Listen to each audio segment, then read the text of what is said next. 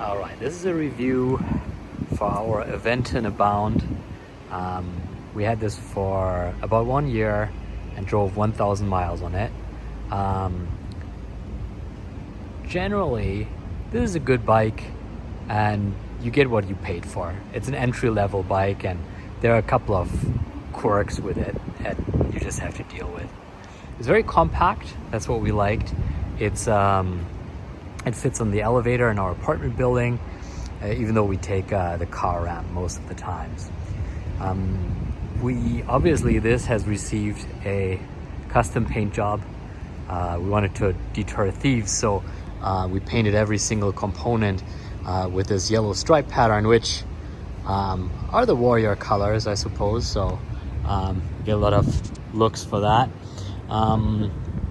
We installed the Aventon luggage carrier and the Aventon, rail where kids can hold on. And also we added this Thule, I believe it's a Maxi Yep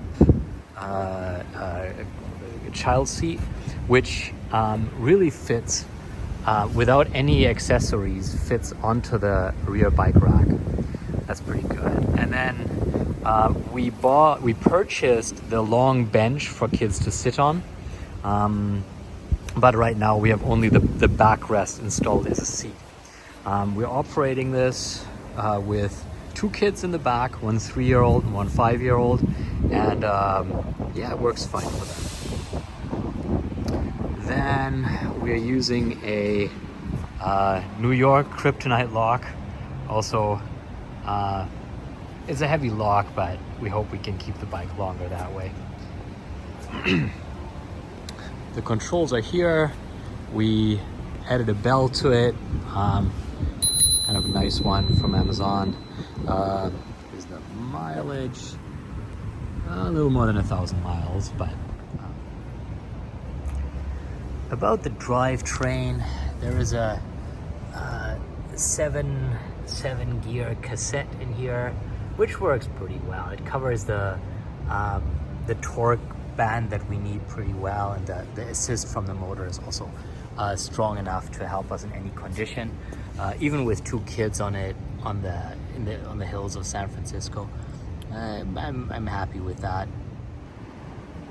When we just bought the bike, we had quite a few punctures, about 1 puncture in 100 miles.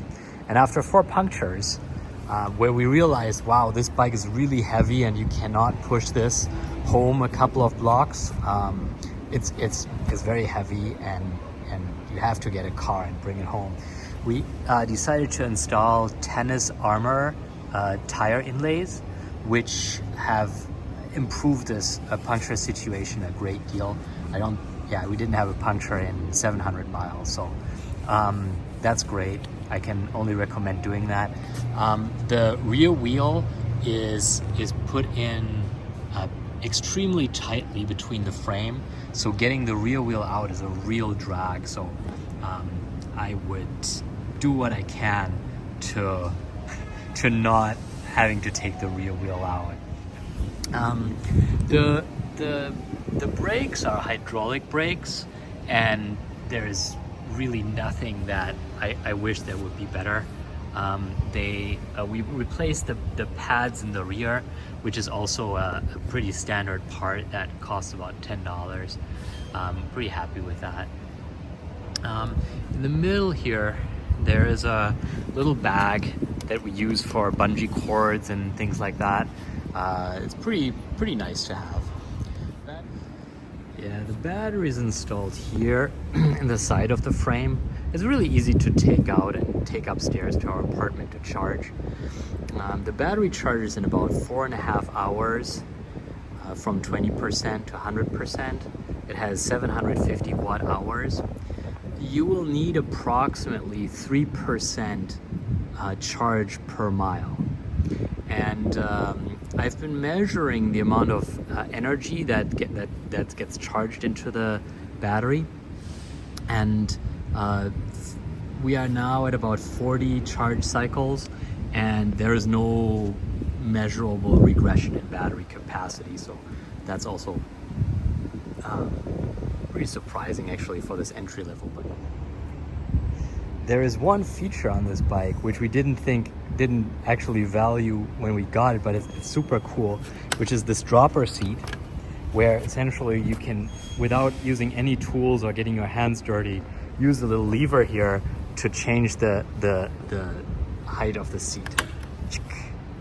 Okay, and down. So that's very easy to switch between the seat heights for my wife and myself. Love that. There is a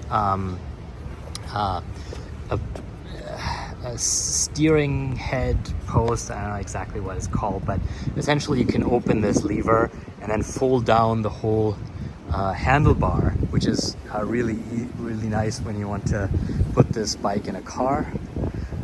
For example, when you have a puncture and you have to load it into an SUV. Also, the length of the bike is short enough to fit into a standard SUV like a Honda CR-V without disassembling anything or taking the wheels out. So that's pretty good. We had a few small issues with reliability. We never broke down with this bike, but for example, the mechanism in this tube has a locking screw on the inside that fell all the way down into the frame, so we had to recover that. The front light, which is an LED light, rattled itself loose.